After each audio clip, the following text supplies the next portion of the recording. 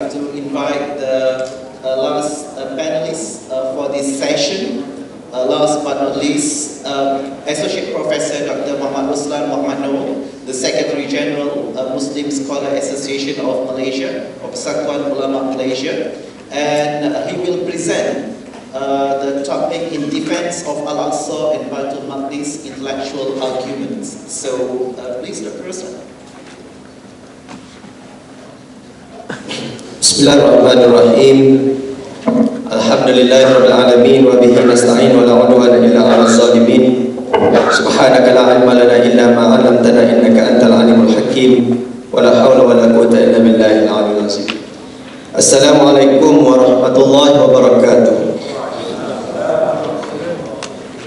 Thank you my brother Dr. Aminur Rashid Yatiban, my fellow speaker for this session, Kiai Haji Dr. Yarshallah, distinguished guests, ladies and gentlemen. Alhamdulillah, I'm here to share with you regarding the topic that is given to me, which is in defense of Al-Aqsa and Baitul Maqdis, the intellectual argument. Before I proceed, I would like to register my thanks to the organizer for their effort to make this conference, I think, is very successful, with all the participants come from abroad, international participants as well as the local participants. Before I proceed, allow me to present this topic in bahasa Malaysia, insyaAllah. Boleh? Saya rasa bila kita mendengar pembentangan daripada pagi sehingga ke petang ini, sebenarnya tidak menjadi masalah untuk kita membebaskan Palestin. Semuanya bersemangat, Masya Allah. Saya rasa kalau semangat ini disinergikan bersama, Israel itu mungkin usianya sudah di penghujung. Baik muslimin dan muslimat yang dikasihi sekalian, tujuan utama pembentangan saya pada petang ini adalah untuk kita mengetahui sedikit sebanyak apakah argumen-argumen yang perlu kita ketahui tentang Baitul Maqdis ini, dan dalam masa yang sama setelah kita mengetahui argumen-argumen ini, kita dapat untuk menjawab persoalan-persoalan yang ditimbulkan oleh para orientalis terhadap kesucian kota Baitul Maqdis ini, di mana di antara mereka ada yang menulis bahawa Islam tidak memberikan penekanan kepada Jerusalem kerana perkataan Jerusalem itu tidak ada di dalam Al-Quran Al-Karim.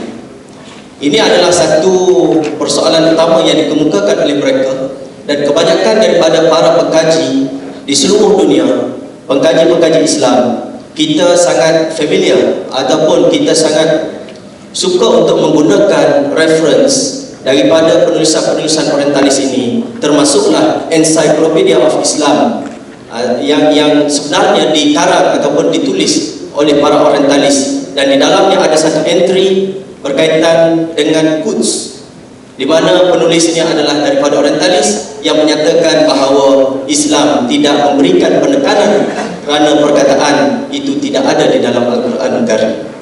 Ini saya kira satu cabaran bagi kita untuk kita melihat perkara ini, kerana di dalam Bible katanya lebih daripada 700 perkataan Jerusalem wujud di dalam Bible, sedangkan Islam yang berjuang untuk mempertahankan kota Baitul Maqdis ini, hatta perkataan Baitul Maqdis pun tidak ada di dalam Al-Quran Al-Karim.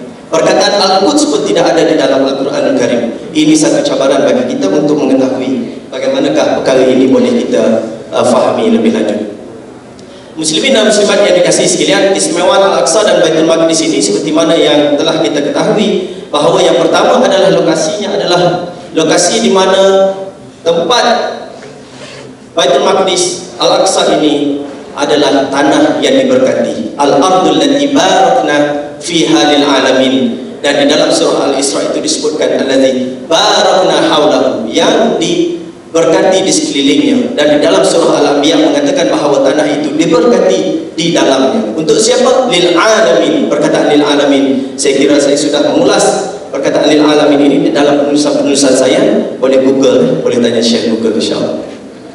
Jadi yang kedua adalah tumpuan dan harapan para anbiya. Ini merupakan salah satu daripada signifikan Baitul Maqdis di dalam Islam, kerana kita melihat bahawa sejarah para anbiya ini mereka memberikan tumpuan kepada tanah ini dan merupakan tanah harapan kepada para anbiya.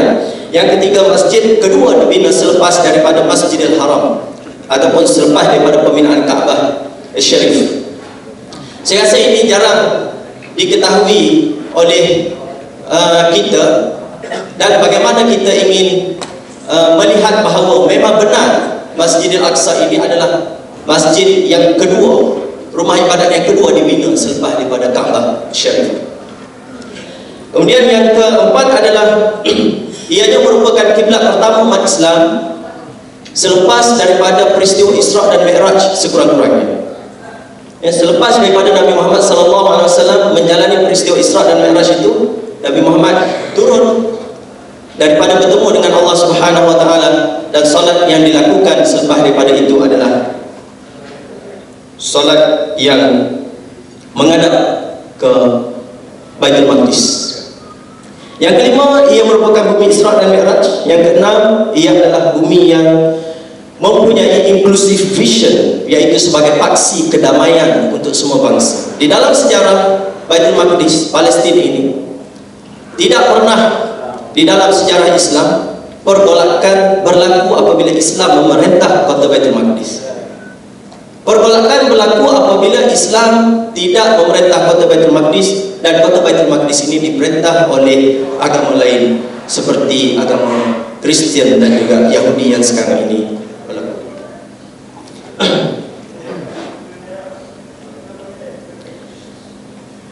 Baik, apabila kita bercakap tentang soal Baitul Maqdis Al-Aqsa, ini adalah sebahagian daripada peta yang biasanya ada di dalam minda kita. Persoalannya, di manakah lokasi Masjid Al-Aqsa, Al-Quds? Di manakah lokasinya?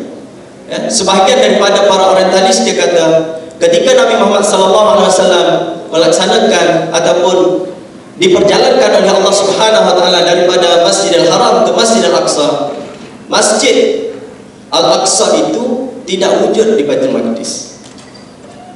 Malah saya pernah berdiskusi dengan seorang daripada Saudi baru minggu lepas.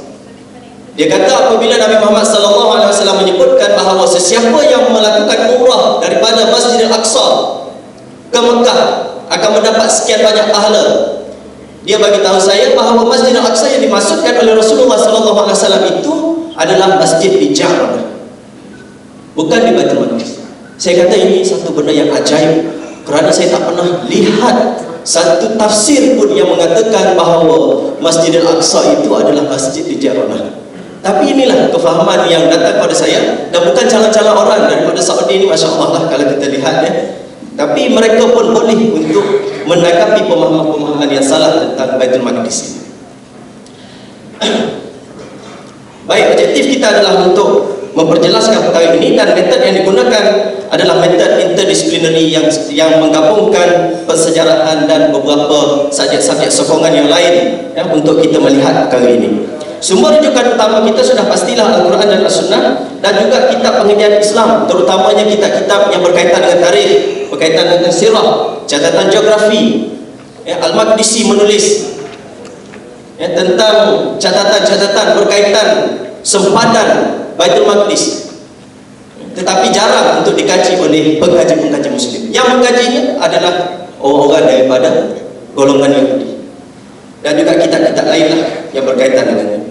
Dan hasil daripada kajian beberapa orang teman saya dan juga teman sahabat saya, Dr. Haitham Ar-Ratrud umpamanya daripada Universiti Naples, melihat kali ini dengan dekat, dan Dr. Khalid sahabat saya juga melihat tentang persempadanan bagaimana kita nak mencari penghujah-penghujahan untuk menyokong bahawa Baitul Maqdis dan Al-Aqsa ini bukan sekadar kita bercakap kosong, bukan sekadar kita bercakap secara emosional, tetapi merupakan perkara yang datang dengan dalil-dalil Al-Quran dan hadis, disokong oleh dalil-dalil daripada pengkajian-pengkajian yang dibuat ya. Apabila kita bercakap tentang soal Al-Aqsa dan Baitul Maqdis ini, biasanya kita akan bertemu dengan dua gambar yang biasa kita lihatlah. Yang pertama kubah yang kuning, dan yang sebelah sana adalah satu yang biasanya sekarang ini apabila orang tanya di mana Masjid Al-Aqsa, biasanya orang sudah merujuk kepada bangunan yang inilah, Masjid Qibli. Apakah Dome of the Rock ini tidak termasuk di dalam Masjid Al-Aqsa? Ini persoalan yang harus kita rungkai. Baik, untuk kita mengetahui tentang masjid, di dalam Islam, masjid itu sekurang-kurangnya mempunyai 3 ciri utama, yaitu yang pertama lokasi, yang kedua sempadannya, dan yang ketiga dia mesti mempunyai arah tujunya. Aktiviti itu adalah benda yang sampingan. Ada masjid yang dibuat tapi tidak ada aktiviti di dalamnya. Masjid yang dibina besar tetapi kurang aktivitinya. Nah, kalau kita melihat 3 ciri utama ini, lokasi, sempadan dan kiblat, inilah ulama-ulama Islam menetapkan bahawa apabila ada 3 ciri ini, maka sesuatu tempat itu boleh digambarkan sebagai masjid.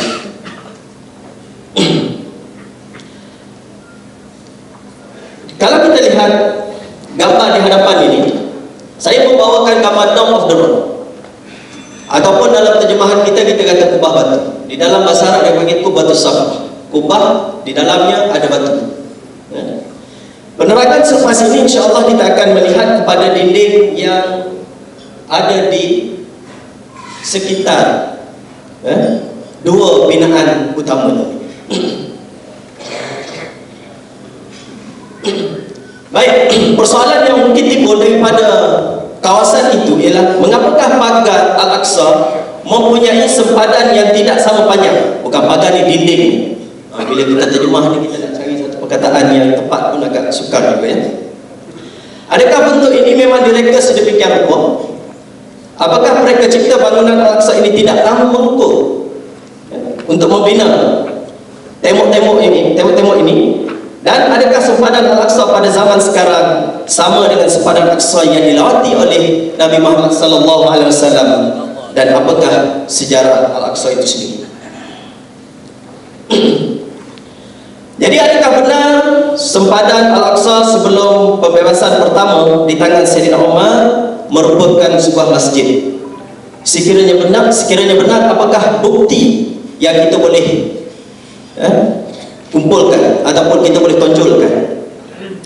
Sebelum kita melihat perkara itu, suka untuk saya melihat bahawa kaitan di antara Masjidil Aqsa dan juga Kaabah ini, seperti mana yang saya sebutkan tadi, Masjidil Aqsa merupakan kiblat yang pertama umat Islam selepas daripada peristiwa Isra dan Mi'raj, dan kiblat itu bertukar ke Kaabah, dan inilah bentuk Kaabah yang ada pada hari ini.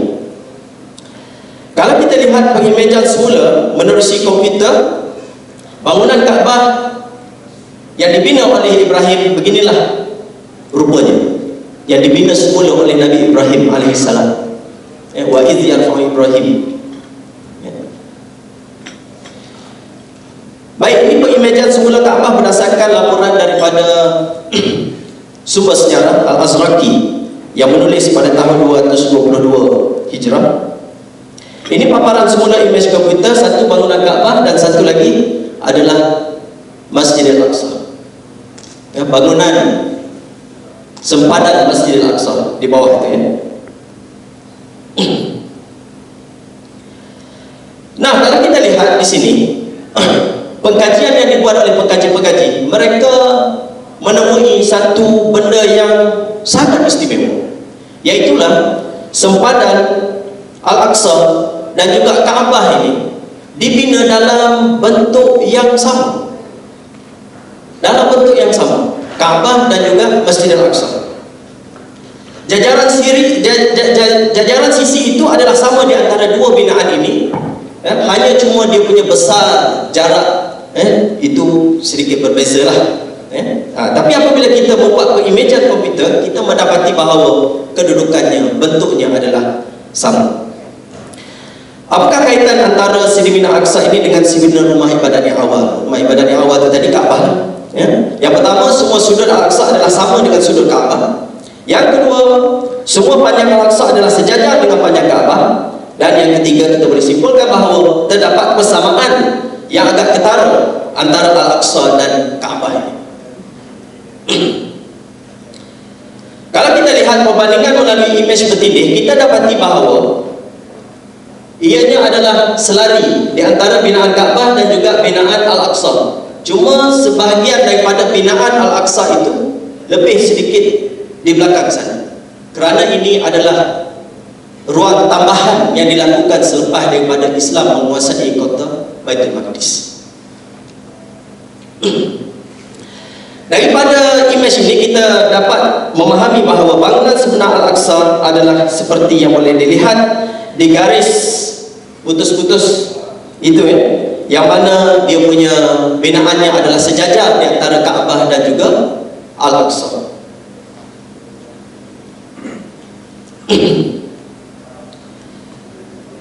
Ini adalah gambar Al-Aqsa yang dibuat secara 3D pada zaman awal, pada abad ke-7.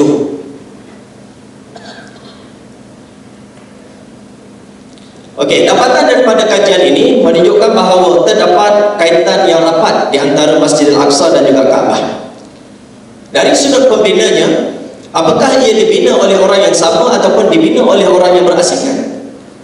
Ini juga merupakan satu persoalan yang perlu untuk kita rungkaikan.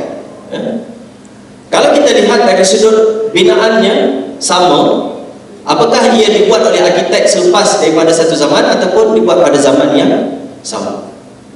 Maka kita perlu untuk merujuk kepada hadis Nabi Muhammad SAW, nanti saya tunjukkan. Jadi kajian yang dibuat oleh sahabat kami, Khaitan Ar-Ratrud, mengesahkan bahawa setiap bukaan sudut penjuru Kaabah adalah sama dengan bukaan sudut Al-Aqsa Mosque ataupun Masjid Al-Aqsa.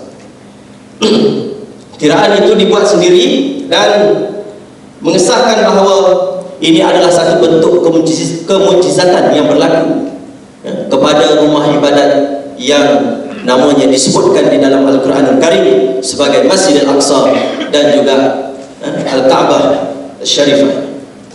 Hubungan dua ini membuktikan wujudnya hubungan risalah Nabi Muhammad dengan Nabi-Nabi yang sebelumnya. Ini membuktikan bahawa terdapat hubungan tersebut.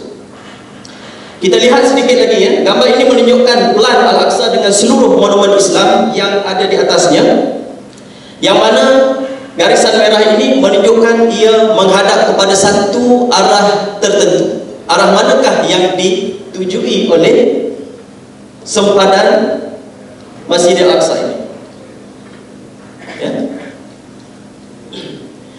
Kalau kita buat satu lakaran yang sedikit kecil dan kita meletakkan lokasi binaan itu, maka kita dapati bahawa Masjid Al-Aqsa kawasannya dibina selari menghadap ke Kaabah Syarifah. Dan kalau kita lihat di sini, di dalam gambar ini, Kaabah pun mempunyai pucunya, rukun Asyam, ni rukun Yaman. Sebab itu di dalam hadis Nabi Muhammad SAW, di dalam sirahnya, kita dapati bahawa ketika Nabi Muhammad SAW melakukan solat, ketika beliau menghadap ke Baitul Maqdis, beliau solat di sebelah rukun Al-Yamani untuk turut menghadap kepada Kaabah dan straight ke Baitul Maqdis. Maka benarlah sabda Nabi Muhammad SAW seperti yang diriwayatkan oleh Abu Zar radhiyallahu anhu, yang pada suatu ketika bertanya kepada Rasulullah SAW, "Ya Rasulullah, ayu masjid bunya awwalan?" Apakah masjid yang dibina pertama? Yang dibina di atas muka bumi. Jawab Rasulullah SAW, Masjidil Haram. Summa ayu, kemudian masjid apakah yang dibina selepas daripada itu? Jawab Rasulullah SAW, Masjid Al-Aqsa. Kemudian Abu Zar bertanya lagi, kam bainahuma, berapakah jarak di antara binaan Masjidil Haram dan juga Masjidil Aqsa ini? Jawab Nabi Muhammad SAW, arba'ina sana, 40 tahun jarak binaan di antara keduanya. Ini pun ada orang yang cuba untuk meraguinya dan cuba untuk menimbulkan persoalan-persoalan, dan saya yakin ada di kalangan kita juga turut ingin menimbulkan persoalan-persoalan terhadap perkara itu, Kemudian apabila kita melihat kepada sejarah Al-Aqsa, Baitul Maqdis ini, apabila pertama kali dibebaskan oleh Islam, iaitu pada zaman Sayyidina Umar Al-Khattab, Sayyidina Umar memberikan satu jaminan keselamatan kepada penduduk di Palestin atau penduduk di Baitul Maqdis yang pada ketika itu dikenali sebagai Ilya. Kalau kita lihat di dalam dokumen ini jelas menunjukkan bahawa haza ma'ata Abdullah Umar Amirul Mukminin ahli Ilya. Rasulullah SAW menunjukkan ataupun dokumen yang dikeluarkan oleh Sayyidina Umar ini menunjukkan bahawa penduduk di Baitul Maqdis itu dikenali sebagai Ilya, dan inilah yang orang kata jaminan yang diberikan oleh Sayyidina Umar bahawa penduduk di Ilya itu mereka boleh tinggal di Baitul Maqdis selagi mana mereka boleh menerima pemerintahan Islam yang ada di situ. Ini merupakan kawasan yang dikenali sebagai Al-Masjid Al-Aqsa yang bertanda hijau ni keseluruhan binaan bangunan di dalam ini. Inilah yang dikatakan sebagai Masjid Al-Aqsa ketika Nabi Muhammad SAW melakukan Isra dan Mi'raj. Masjid yang ada di hadapan ini tidak dibina melainkan selepas daripada Sayyidina Umar datang dan beliau orang yang pertama demarcated the place ataupun melakarkan tempat di mana perlu dibina, dan bangunan Dome of the Rock ini dibina pada zaman Abdul Malik bin Marwan pada tahun 691 Masehi. Baik, kalau kita lihat bahawa sekarang ini Masjid Al-Aqsa ini memang dalam keadaan bahaya kerana ada beberapa penggalian di bawahnya. Ini gambar Syekh Rakyat Salah yang saya kira ramai di kalangan orang-orang pengkaji Palestin ini mereka familiar dengan gambar ini. Beliau saya kira orang yang boleh untuk masuk dalam terowongan di kalangan orang Islam. Kalau kita pergi ke Masjid Al-Aqsa, kita pun tidak dibenarkan masuk ke dalam terowongan itu melainkan pengkaji daripada Israel. Baik, akhirnya saya ingin kongsikan apakah tindakan yang boleh kita lakukan. Apakah doa, infak, boykot ini mencukupi? Ya. Tentang agenda bertindak ini, saya pernah tulis di dalam satu artikel saya yang diterbitkan pada tahun 2010, satu perkongsian tentang bagaimana kesan selepas Obama menduduki menjawati jawatan Presiden Amerika Syarikat yang ke-44. Beliau pergi untuk menjelaskan ataupun pergi untuk menziarahi Middle East pada ketika itu, dan beliau memberikan ucapan di Cairo University. Di antara konten ucapan yang beliau sebutkan ada 3 yang ingin saya petik. Yang pertama, dia kata United States doesn't accept the legitimacy continued Israel settlement. Yang kedua, dia kata that the Palestinians should have a state of their own. Dan yang ketiga, dia menekankan tentang roadmap. Ini adalah benda yang diungkapkan oleh banyak presiden-presiden Amerika Syarikat yang sebelum daripada itu pun Bush, kalau kita lihat sebelum daripada itu pun menekankan benda yang sama, tetapi sampai sekarang saya rasa tidak berlaku apa-apa perkara yang positif terhadap Palestin.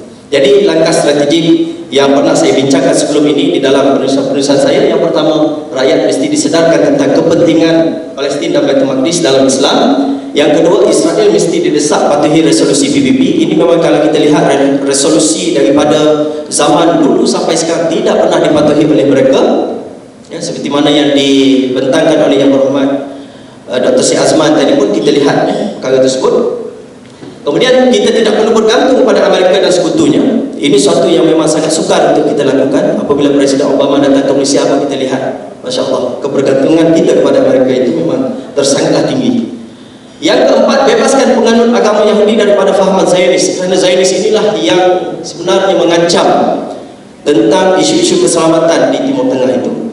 Yang kelima, sinergi badan-badan setempat dan internasional, pemerkasaan badan-badan pendesak, pelobi, kerana kita tahu melobi kuasa-kuasa besar ini, kuasa besar dia mempunyai kumpulan-kumpulan pelobi-pelobi tertentu, dan sekarang ini kita tahu bahawa pelobi daripada Israel ini memang sangat handal, memang sangat hebat. Kalau kita pergi ke Amerika Syarikat pun kita akan lihat kesan-kesan gerakan pelobi-pelobi yang ada di Amerika Syarikat yang melobi international power ini. Saya rasa kita pun perlu untuk memperkasakan pada pendesak ini, kemudian kempen pun berterusan dan juga pendanaan. Jadi dari sudut kesimpulannya, saya merasakan bahawa penyelesaian kepada isu ini bukanlah satu perkara yang mudah. Ia menuntut seluruh tenaga untuk mengungkap secara rumah dan memastikan penindasan yang melakukan terorisme Islam ini tidak berterusan selamanya. Kemudian usaha-usaha kesedaran walaupun sekecil mana ia dilakukan sungguh akan membuahkan sesuatu yang pasti akan menegarkan bumi yang dijajah oleh Israel itu. Jadi saya kira cukup sekadar itu. Terima kasih. Qul qawli hadza astaghfirullah wa lakum. Wassalamualaikum warahmatullahi wabarakatuh.